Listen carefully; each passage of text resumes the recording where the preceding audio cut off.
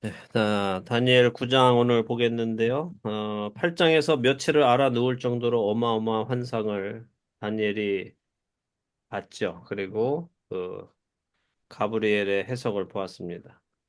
9장은 환상은 아니에요. 네, 다니엘이 말씀을 보며 깨닫게 된 것을 다니엘이 이야기하는데, 이 9장 안에는 다니엘이 깨닫게 된 그 성경의 말씀을 보고 예레미야서나 선지서들을 보고 깨닫게 된 것을 가브리엘 천사가 다시 와서 수정해줘요. 무슨 말씀이냐면, 다니엘은 예언의 말씀을 읽고 이제 이스라엘이 다시 회복되는 때가 왔다는 것을 생각하고는 이스라엘이 회복할 때 메시아 왕국이 바로 시작될 것이다라고 이제 믿었어요. 그렇게 해석을 했단 말이에요. 근데 그것을 가브리엘 천사가 와서 아니야, 그렇지 않아라고 이제 해석해 주는 것이 9장의 내용입니다. 근데 이거는 예수님의 제자들도 마찬가지였죠. 예수님 제자들도 계속해서 예수님께 뭘 물어봐요? 주께서 이스라엘을 회복하심이 이때입니까? 라는 것을 계속 물어보죠. 사도행전 앞장에도 그렇고 처음에 예수님이 나타나셨을 때도 다 그들은 예수님이 예루살렘 가셔서 이스라엘을 회복하고 메시아 왕국을 세우실 것이라고 다 그렇게들 믿었단 말이에요. 그러니까 이 사람들이 메시아 왕국이 온다는 것은 알고 있지만 그것이 언제인지는 다 자들 모르고 있는 거죠. 다니엘도 마찬가지, 또 예수님의 제자들도 마찬가지였습니다. 이처럼 다니엘 같은 지혜자도 하나님의 말씀을 볼 때 모든 것을 깨닫는 것은 아니다 하는 것을 우리가 생각해 봐야 돼요. 그리고 다니엘 같은 선지자도 하나님의 말씀을 읽고 오해하는 부분도 있다는 것을 우리가 생각하면 우리가 성경 해석할 때 얼마나 신중하게 해야 하고 또 자신의 해석만이 옳다고 주장하는 것이 얼마나 교만한 일인지 우리가 또 생각해 봐야 합니다. 물론 다니엘하고는 달리 우리에게는 성령 하나님께서 우리 안에 내주하고 계시기 때문에 다니엘보다는 훨씬 진리 안에서 이해할 수 있습니다. 그런데 우리가 성령님께 기도하지 않으면서 해석한다면 우리는 큰 오해하고 또 잘못된 길로 갈 수 있다는 사실을 늘 기억하시면서 우리가 성경을 대하면 좋겠습니다. 1절, 2절, 2절만 나장로님 읽어주세요. 메대 족속 아하수에로의 아들 다리오가 갈대아 나라 왕으로 세움을 받던 첫해 곧 그 통치 원년에 나 다니엘의 책을 통해 여호와께서 말씀으로 선지자 예레미야에게 알려주신 그 연수를 깨달았나니 곧 예루살렘의 황폐함이 70년 만에 그치리라 하신 것이니라. 네, 자, 앞장에 이제 8장, 7장은 다 아직도 바벨론 시절에 보았던 환상에 대해서 얘기를 했죠. 이제 9장에 와서는 이제 메대 시대로 넘어온 거예요. 그러니까 다니엘이 본 환상 중에 금신상의 가슴과 팔 시대이고 바다에서 나온 짐승 중에는 곰이 한쪽 발을 든 시대이고 숫양의 시대가 된 거죠. 아하수에로의 아들 다리오가 갈대아 나라 왕으로 세움받던 첫 해의 이야기다 이렇게 되어 있습니다. 근데 갈대아 나라 왕 이렇게 하는 것은 한국어로 번역이 조금 오해의 소지가 있게 했어요. 이 말은 갈대아라는 나라의 왕처럼 들리잖아요. 갈대아 나라의 음, 왕 이러니까.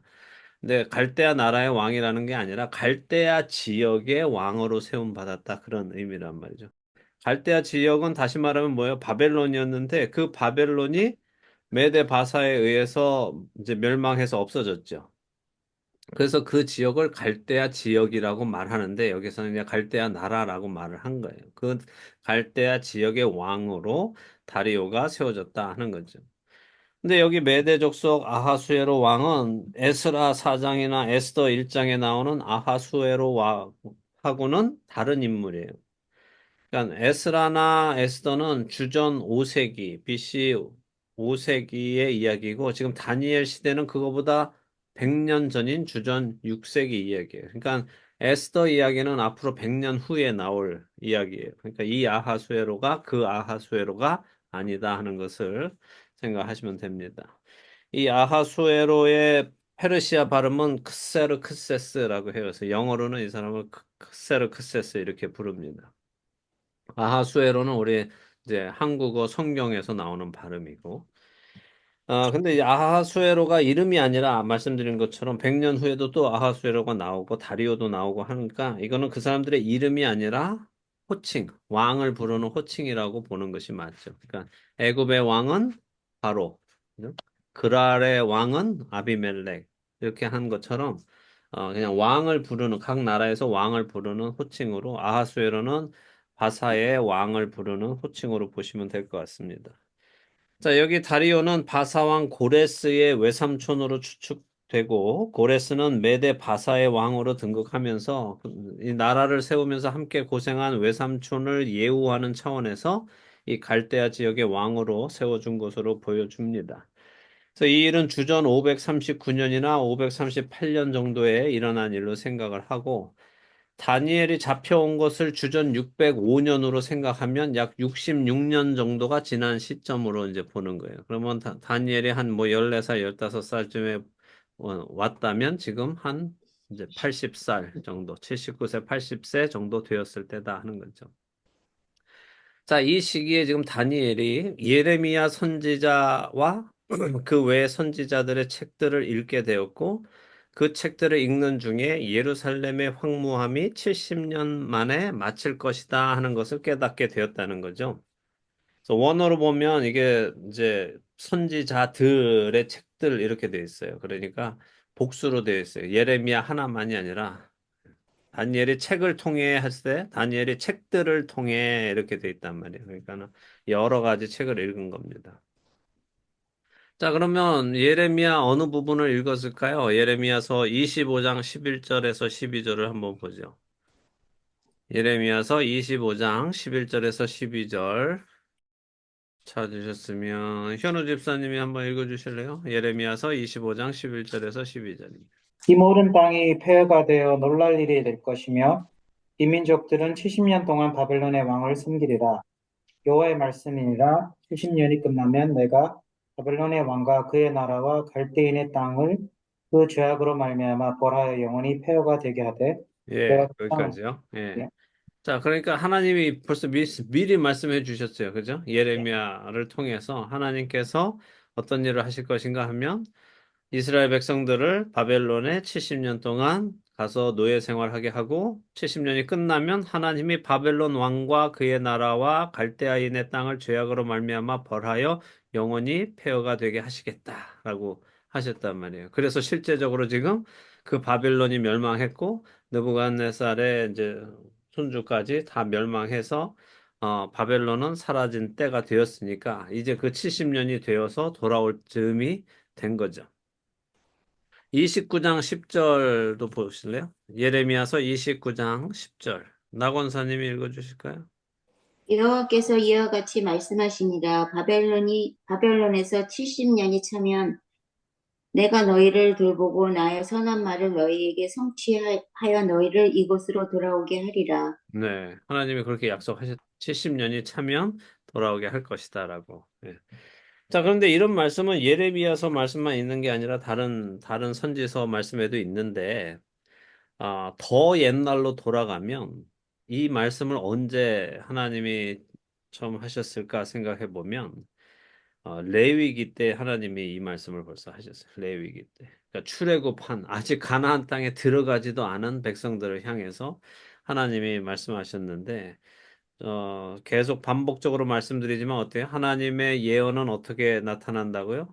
점진적으로. 점진적으로 나타난단 말이죠. 이렇게 말씀하시고 후에 다시 조금 더 자세하게 말씀하시고 그 후에 더 자세하게 말씀하시고 근데 이 말씀이 처음 나온 걸 우리가 레위기 26장을 좀 보면은 우리가 좀 볼만해요. 좀 공부를 해볼 만합니다. 이 레위기 26장 28절부터 사실 레위기 전체 26장 전체가 이제 앞으로 일어날 일에 대한 예언인데 그 중에서도 이제 28절에서 45절을 읽어보면은 하나님이 하시려는 말씀을 우리가 좀 알 수 있습니다. 28절부터 45절을 제가 읽어 드릴 테니까 함께 눈으로 좀 따라와 보세요.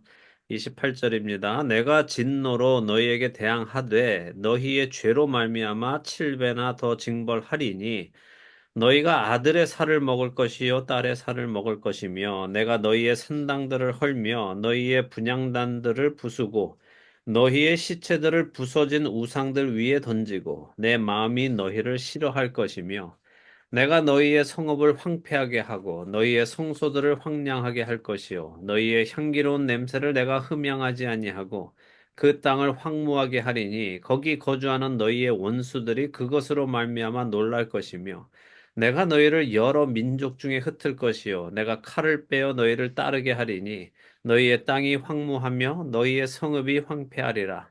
너희가 원수의 땅에 살 동안에 너희의 본토가 황무할 것이므로 땅이 안식을 누릴 것이라.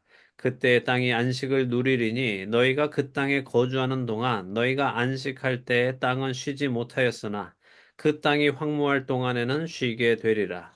너희 남은 자에게는 그 원수들의 땅에서 내가 그들의 마음을 약하게 하리니 그들은 바람에 불린 잎사귀 소리에도 놀라 도망하기를 칼을 피하여 도망하듯 할 것이요. 쫓는 자가 없어도 엎드러질 것이라. 그들은 쫓는 자가 없어도 칼 앞에 있음 같이 서로 짓밟혀 넘어지리니 너희가 원수들을 맞설 힘이 없을 것이요. 너희가 여러 민족 중에서 망하리니 너희의 원수들의 땅이 너희를 삼킬 것이라. 너희 남은 자가 너희의 원수들의 땅에서 자기의 죄로 말미암아 쇠잔하며 그 조상의 죄로 말미암아 그 조상같이 쇠잔하리라. 그들이 나를 거스른 잘못으로 자기의 죄악과 그들의 조상의 죄악을 자복하고 또 그들이 내게 대항함으로 나도 그들에게 대항하여 내가 그들을 그들의 원수들의 땅으로 끌어갔음을 깨닫고 그 할례 받지 아니한 그들의 마음이 낮아져서 그들의 죄악의 형벌을 기쁘게 받으면 내가 야곱과 맺은 내 언약과 이삭과 맺은 내 언약을 기억하며 아브라함과 맺은 내 언약을 기억하고 그 땅을 기억하리라. 그들이 내 법도를 싫어하며 내 규례를 멸시하였으므로 그 땅을 떠나서 사람이 없을 때에 그 땅은 황폐하여 안식을 누릴 것이요 그들은 자기 죄악의 형벌을 기쁘게 받으리라. 그런즉 그들이 그들의 원수들의 땅에 있을 때에 내가 그들을 내버리지 아니하며 미워하지 아니하며 아주 멸하지 아니하고 그들과 맺은 내 언약을 패하지 아니하리니 나는 여호와 그들의 하나님이 됨이라. 내가 그들의 하나님이 되기 위하여 민족들이 보는 앞에서 애굽 땅으로부터 그들을 인도하여 낸 그들의 조상과의 언약을 그들을 위하여 기억하리라. 나는 여호와니라. 어떠세요? 이 하나님의 말씀을 듣고 나니까 이미 아직 약속의 땅은 들어가기도 전에 애굽에서 이제 바로 나온 이스라엘 백성들에게 앞으로 1000년 후에 일어날 일에 대해서 지금 하나님이 말씀해 주고 계시단 말이죠. 근데 이 말씀 들어보니까 어때요? 하나님은 미리 다 알고 계세요. 이들이 그 약속의 땅에 들어가서 하나님을 싫어하고 하나님의 말씀 듣기를 싫어하고 거부하고 오히려 다른 신들을 섬기고 우상을 섬기고 해서 그 땅을 아주 안식하지 못하는 땅으로 만들어 버려서 하나님이 참고 참고 참으시다가 더 이상 안 되겠을 때에 이들을 대적의 손에 붙여서 다른 땅으로 가게 하시고 그 땅을 70년 동안 쉬게 하신다는 거예요. 이게 그냥 농사를 쉬게 한다, 안식을 맡는다라는 게 아니라 그 땅에 다른 신을 섬기는 그 죄악이 너무 가득했었기 때문에 하나님께서 그 일을 못하게 하기 위해서 70년간 그 땅을 비워 놓으신다는 거예요. 그 거룩한 예루살렘을 깨끗게 하시는 데 하나님이 70년이라는 시간을 보내신다는 거죠. 그리고 나서 70년이 끝날 즈음에 그들이 그들의 잘못을 깨닫고 하나님의 그 징계를 올바로 기쁘게 받아들일 그때쯤에 하나님께서 아브라함과 이삭과 야곱에게 하신 약속을 기억하시고 그들을 다시 이 약속의 땅으로 데리고 오시겠다라는 말씀을 이미 모세에게 말씀하셨단 말이죠. 자, 이처럼 하나님은 이스라엘이 아직 약속의 땅 가나안에 들어가기도 전에 1000년 전에 이렇게 말씀을 해 놓으셨고, 어, 모세에게 기록을 시켜서 사람들에게 읽게 하셨어요. 자, 그러면 하나님의 백성들은 어떻게 해야 됩니까? 이 말씀을 들었어요. 이 경고의 말씀을 벌써 들었다면. 그러면은 조심.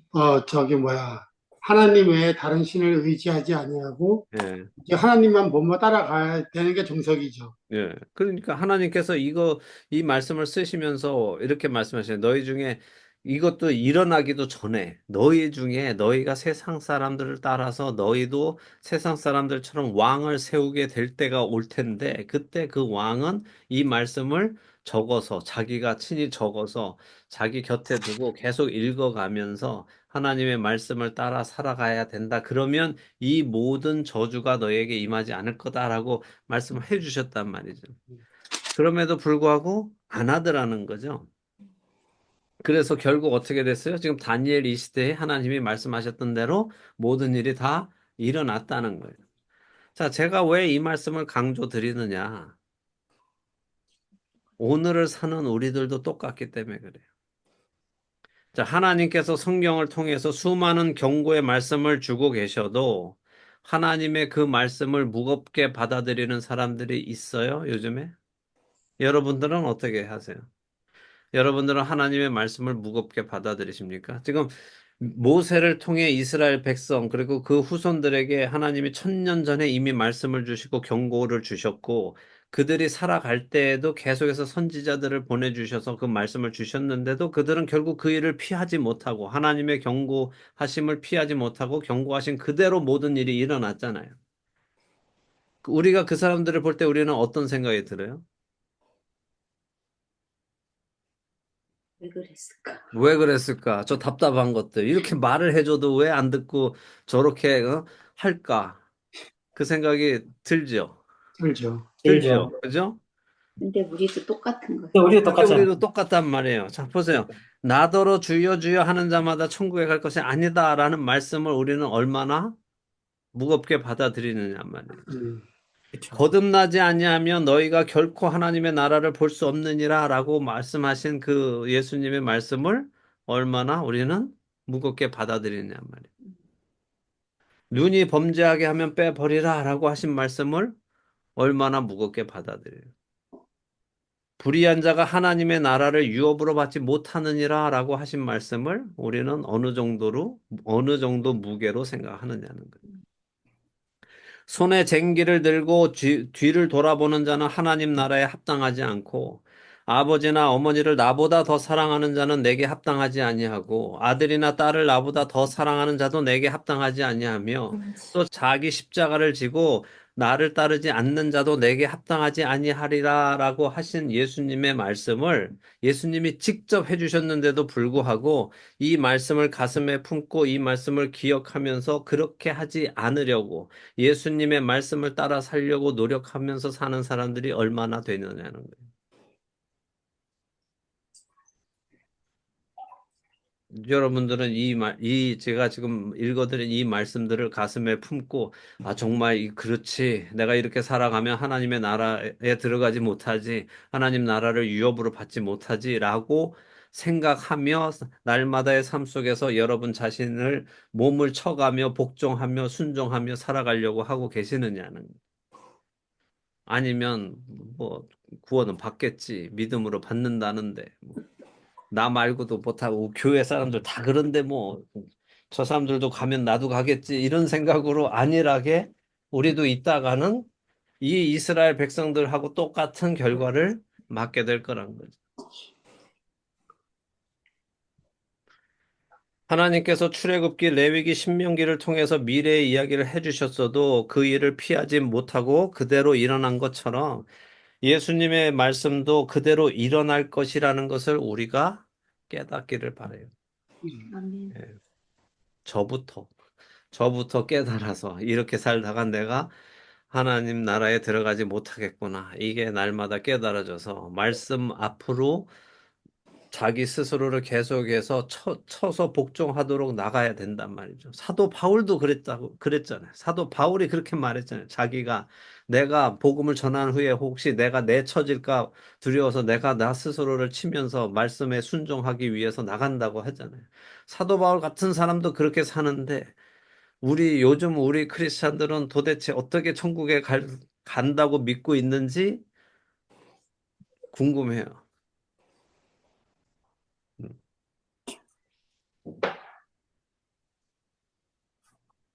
아, 그래서 예수님의 말씀을 무게 있게 받아들이고 이 이스라엘 백성들이 저지른 엉뚱한 이 안타까운 일을 저지르지 않고 우리에게는 그 일이 일어나지 않기를 바랍니다. 자, 이제 3절, 4절 두 절만 또 읽어보죠. 원선 집사님 읽어주세요. 아, 내가 저기 다니엘입니다. 예. 내가 금식하며 베옷을 입고 재를 덮어쓰고 주 하나님께 기도하며 간구하기를 결심하고 내 하나님 여호와께 기도하며 자복하여 이르기를 크시고 두려워할 주 하나님 주를 사랑하고 주의 계명을 지키는 자를 위하여 언약을 지키시고 그에게 인자를 베푸시는 이시여. 네. 자, 다니엘은 이스라엘이 이렇게 바벨론에 끌려와서 오랜 시간이 지나서 메데 바사의 통치로 넘어가게 되고 한 일들이 하나님의 징계였다 하는 것을 깨달았어요. 그리고 이제 하나님께서 그 징계를 거두실 때가 되었다라는 것을 깨닫게 됐죠. 자, 그렇게 그것을 깨닫고 나니까 뭐 해요? 뭘 하기로 결심해요? 음식하고 배옷을 입고 우리가 하나님께 음, 기도하고. 네, 금식하고 베옷을 입고 재를 덮어 쓰고 기도하고 간구하기를 결심합니다. 왜 그럴까요? 왜 이걸 하기로 결심했을까요? 그 혹시 왜 70년이 이제 끝나면 우리 다 다시 하나님께서 예루살렘으로 돌아가게 하시는구나. 그걸 깨달았어요. 그럼 깨달았는데 왜 갑자기 금식하고 베옷을 입고 재를 덮어쓰고 기도하고 간구하기를 결심하느냐는 거예요. 회개는 네? 회개? 응. 그러니까 왜 회개를 하냐는 거예요. 잘못한 거 잘못 살았어. 하나님이 이제 징계를 다른 데로 끝내고 살지 못. 돌려보내 주신다고 할 때가 왔는데 왜 뭘 회개를 하는 그래도 그렇게 그 말씀대로 살지 못했던 거에 대해서 예, 맞아요. 맞습니다. 그러니까 이거 우리 생각해 봐요. 하나님의 징계라는 것이 그냥 시간이 지나면 끝나는 것이냐는 거예요. 하나님이 70년 동안 징계하기로 했으니까 70년 찼으니까 이제 그냥 돌려보내시는 거냐는 거죠. 70년 포로 생활이라는 징계를 주시고 70년이 지나면 시간 다 됐으니까 돌아가라라고 하시는 것인가? 자, 세상의 법은 그렇죠. 보세요. 세상의 법은 어떤 사람이 잘못했어요.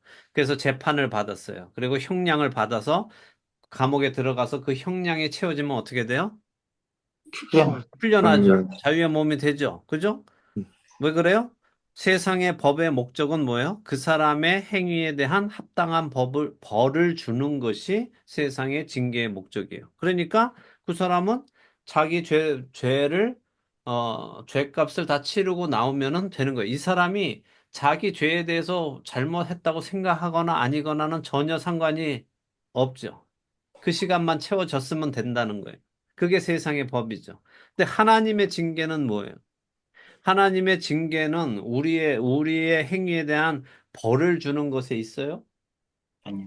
하나님의 징계의 목적은 어디 있습니까? 회개하고 회개하고 돌아오기를 바라는 거죠. 그렇죠. 하나님의 백성이 잘못을 깨닫고 그 잘못으로부터 돌이켜서 하나님께 돌아오게 하는 것이 징계의 목적이잖아요. 세상의 징계와는 전혀 다르단 말이죠. 그 목적 자체가.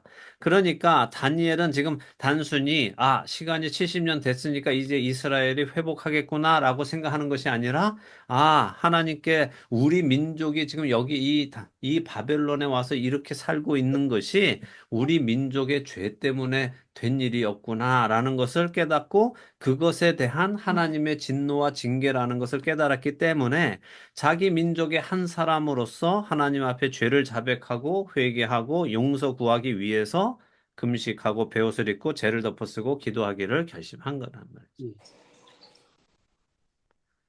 그러니까 이건 그냥 70년 됐으니까가 아니라 이것이 우리의 조상들이 우리 민족이 하나님 앞에 제대로 살지 못했기 때문에 하나님께서 징계하신 거구나. 하나님 우리가 잘못했습니다라고 말하는 것이 다니엘의 모습이죠. 근데 우리가 보면 다니엘이 할 기도냐는 거예요, 이게. 다니엘이 뭐 우상 섬겼어요? 우상 섬긴 적 한 번도 없는데 다니엘은 끝까지 믿음을 지킨 사람인데. 우리 예, 같았으면 어떻게 했겠어요? 우리 같으면. 나는 잘했는데. 네, 그죠? 우리 같으면 하나님 저놈들의 죄 때문에 이렇게 됐군요. 저놈들 정신 차리게 하여 주옵소서 하고 참, 나 같은 놈만 있었으면 이런 일이 없었을 텐데 저런 것들 때문에 그 우리는 그럴 거 아니에요. 그죠? 근데 다니엘은 어떻게 한다고요? 조상의 죄와 민족의 죄까지도 회개하는 거죠. 그렇죠. 자기를 죄인의 하나로 보잖아요. 죄인의 하나로 집어넣는단 말이죠. 그러니까 이 다니엘의 이 모습에서도 우리가 또 뭘 봐요? 예수님의 모습을 보는 거죠. 죄 없으신 예수님이 우리와 같이 죄인이 되시고 우리를 위해서 기도하시는 것처럼 다니엘도 죄가 없음에도 불구하고 이 죄를 자신의 죄로 받아들이고 하나님 앞에 나아가서 이 민족의 죄를 위해서 기도하는 모습을 보는 거죠. 자, 다니엘이 여기 사용한 단어 기도와 자, 보세요. 여기 뭐라고 해요? 3절에 보니까 하나님께 기도하며 간구하기를 결심하고 했어요. 기도는 뭐고 간구는 뭐예요? 간구는 응답 받을 때까지 한 거거든. 간구는 응답 받을 때까지 하는 거고 기도는 응답 받든 안 받든 일단 하고 말해 보는 또 거고. 하고 또 하고 이제 네. 자, 여기 기도는 테필라라는 히브리예요. 기도. 이거는 중보 기도를 의미해요. 그러니까 자기가 자기 민족을 위해서 중보하겠다라는 의미고 뒤에 나오는 간구라는 것은 타하눈이라는 히브리예요. 이거는 몸을 굽혀서 하는 아주 간절한 기도를 얘기해요. 그러니까 자기 민족의 죄를 위해서 그리고 하나님께서 우리 민족의 죄를 사해 주시라고 간절하게 몸을 굽혀서 얼굴을 땅에 대고 기도하기로 결정했다는 거예요. 그러니까 맞는 말씀이에요.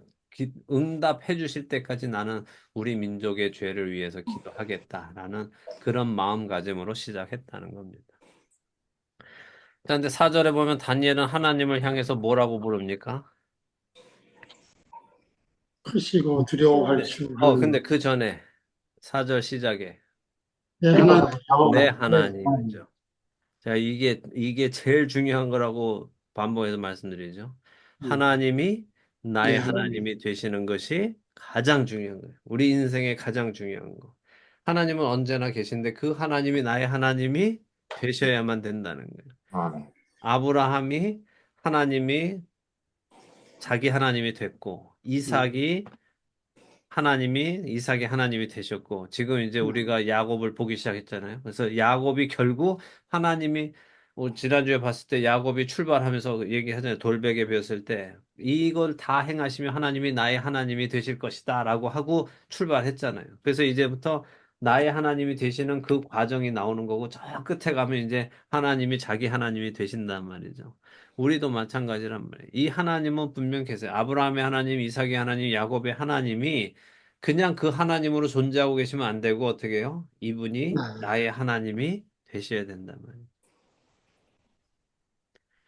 하나님이 남의 하나님, 다른 성도의 하나님으로 머물러 계신다면 그 사람은 하나님과 관계가 없는 거예요. 자, 근데 특이한 건 이 다니엘서에서 하나님을 다니엘이 여호와라고 호칭하는 건 여기 9장밖에 없습니다. 다른 곳에는 다 엘라흐 아람어로 이제 호칭이 되었는데 그 외에도 하나님에 관한 이야기가 나올 때 하나님이라고 안 하고 뭐라고 했어요? 뭐 옛적부터 계시니 항상 계시니 군대의 주제 만왕의 왕 이렇게 하나님을 표현하는 단어로 썼지 하나님을 직접적으로 언급한 적은 없는데 지금은 여기서 9장에서는 내 하나님 하면서 할 때부터 보면 여호와라는 이름이 나오죠. 다니엘이 이렇게 여호와라는 말은 어떤 의미예요? 스스로 계시는 하나님이죠. 그죠? 그 하나님을 자신의 하나님으로 부르면서 기도하는 이유는 뭐겠어요? 아까 말씀드린 것처럼 레위기 26장에 기록된 언약의 말씀을 하실 때 하나님께서는 뭐라고 계속 반복했는지 혹시 기억나세요? 제가 나는 여기 읽어드렸을 때 나는 여호와니. 나는 여호와니다. 그렇죠? 그 말씀 하셨고, 근데 그 레위기 26장 28절에서 45절 보면 하나님이 계속 모든 문장을 이렇게 시작하세요. 내가 너희의, 내가 너희를, 내가 원수의 땅에서, 내가 계속 이렇게 말씀하신단 말이에요. 그래서 바로 그 하나님, 스스로 계시는 그 하나님을 호칭하면서, 어, 다니엘이 기도를 시작하는 거죠. 바로 그 스스로 계시는 하나님께서 백성들을 징계하신 것이고 그 징계를 마치시고 회복시키신다는 것을 다니엘은 레위기를 읽으며 기억했고 그 하나님을 자신의 하나님으로 부르면서 자신의 신앙을 고백하는 것으로 봅니다. 그리고 이제 하나님을 표현할 때 크시고 두려워할 주 하나님 이렇게 하죠.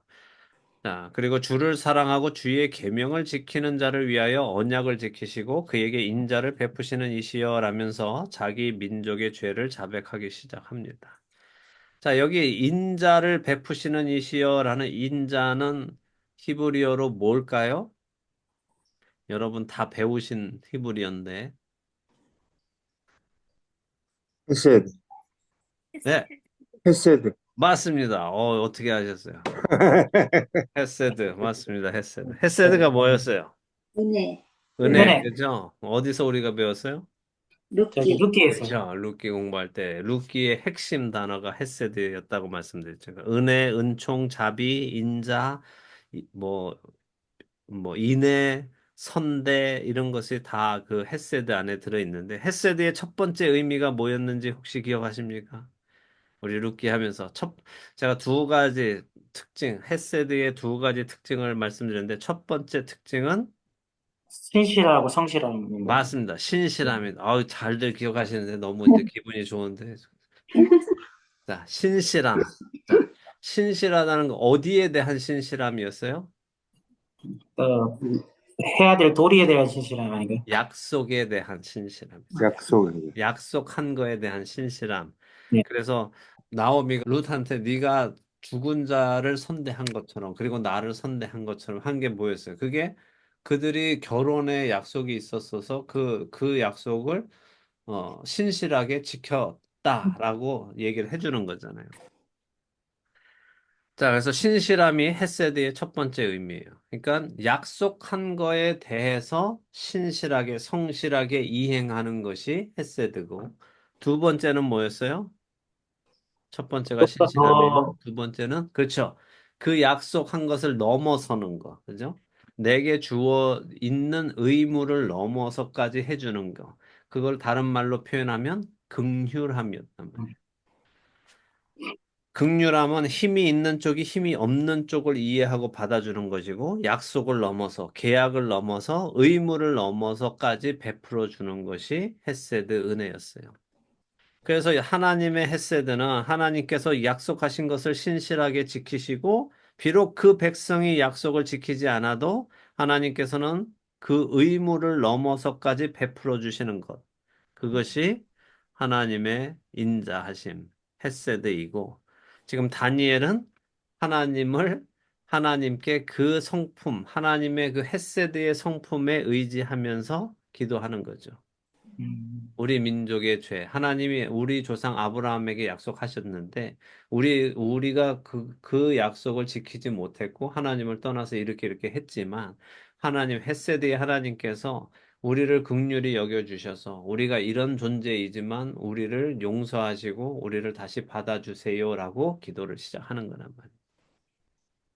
그러니까 우리가 하나님께 기도할 때 하나님의 성품을 알고 기도하는 게 왜 중요해요? 중요하죠. 왜 중요하냐. 네. 성품을 알고 기도해야 근거 있는 기도를 하고 그렇죠. 근거 있는 답변을 얻기를 기대할 수 있잖아요. 그렇죠. 하나님의 성품을 모르고 내가 원하는 대로 막 이거 해주세요, 저거 해주세요 막 해놓고 그거는 해주실지 안 해주실지 모르잖아요. 하나님의 성품에 맞으면 해주시겠지만 안 맞으시면 어떻게 해요? 안 되죠. 안 되죠. 그죠? 하나님께 기도했더니 베가스에서 잭팟이 떠졌다. 이러면 이거는 하나님이 하신 거예요? 아닌 거예요? 하나님이 하신 게 아니죠. 근데 또 나는 기도하고 했기 때문에 됐다라고 하는 사람들이 있잖아요. 그러니까 하나님의 성품에 안 맞는단 말이죠. 그렇죠. 제가, 제가 뭐 거의 한 20년 전에 시카고 갔을 때 그 시카고를 이제 그냥 친구랑 운전하고 갔다가 거기 있는 교회를 하나 찾아서 갔는데 그 목사님이 정말 설교를 그렇게 하셨단 말이에요. 음, 자기가 여기서 LA 가는데 중간에 뭐 이제 돈이 떨어져 가지고 어, 뭐 얼마 없었는데 하나님이 그냥 성령님이 마음에 로또를 하나 사라 이래 가지고 이제 로또 사서 로또 사서 긁었더니 거기서 뭐 500불이 나와 가지고 그걸로 이제 가스비를 하고 갔다. 이러는데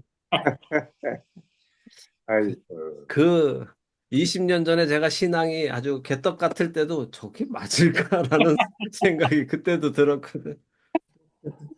참. 그, 그, 조용기 목사님이 아주 힘들 때, 교인 적고 아주 힘들 때, 예. 너무 힘들어서 그 기도를 했대요. 복권을 당첨되게 해달라고 기도를 했는데, 하나님이 내 은혜가 내게 족하다 그러시더라고요. 그렇죠. 그거는 맞죠. 그렇죠. 맞아요. 하나님이 아무리 그래도 하나님의 성품과 맞지 않은 방법으로 공급하시지는 않는단 말이죠. 만약에 정말 한 명이라도 하나님께 간절히 기도했더니 하나님께서 복권 넘버를 주셔서 해서 정말 1등을 해서 100만 달러를 받았다고 쳐봐요. 그러면 그 다음 주부터 성도들이 다 그거 놓고 기도할 거예요. 그렇지. 그죠? 한 명이라도 정말 하나님께서 응답하셨다면 음, 사람들은 그 다음 주부터 전부 다 그거 놓고 기도할 겁니다. 그치. 그러니까 하나님은 절대 하지 않으신다는 거예요. 절대 하실 수 있지만 그분의 성품이 그렇게 하시지 않는다는 거예요. 그래서 우리가 하나님의 성품을 아는 것이 중요하고 아멘. 우리가 구약의 선지자들 뭐 신약도 마찬가지지만 이들이 기도할 때 항상 보면 하나님을 호칭하는 그것이 하나님의 어떠한 특별한 성품을 자기들이 알기 때문에 그 성품에 의지해서 하나님께 기도를 한단 말이죠. 그럼 하나님의 입장에서도 얘가 내 성품을 다 알고 이렇게 요구하고 있네? 그러면 하나님도 거기에 응답하신단 말이에요. 약속하신 것이기 때문에. 그죠? 자, 그래서 오늘은 여기까지만 보도록 하고 이제 다음 주부터 다니엘이 어떻게 기도를 했는지 또 보면서 그리고 또 가브리엘이 어떻게 고쳐주는지 또 보도록 하죠. 네.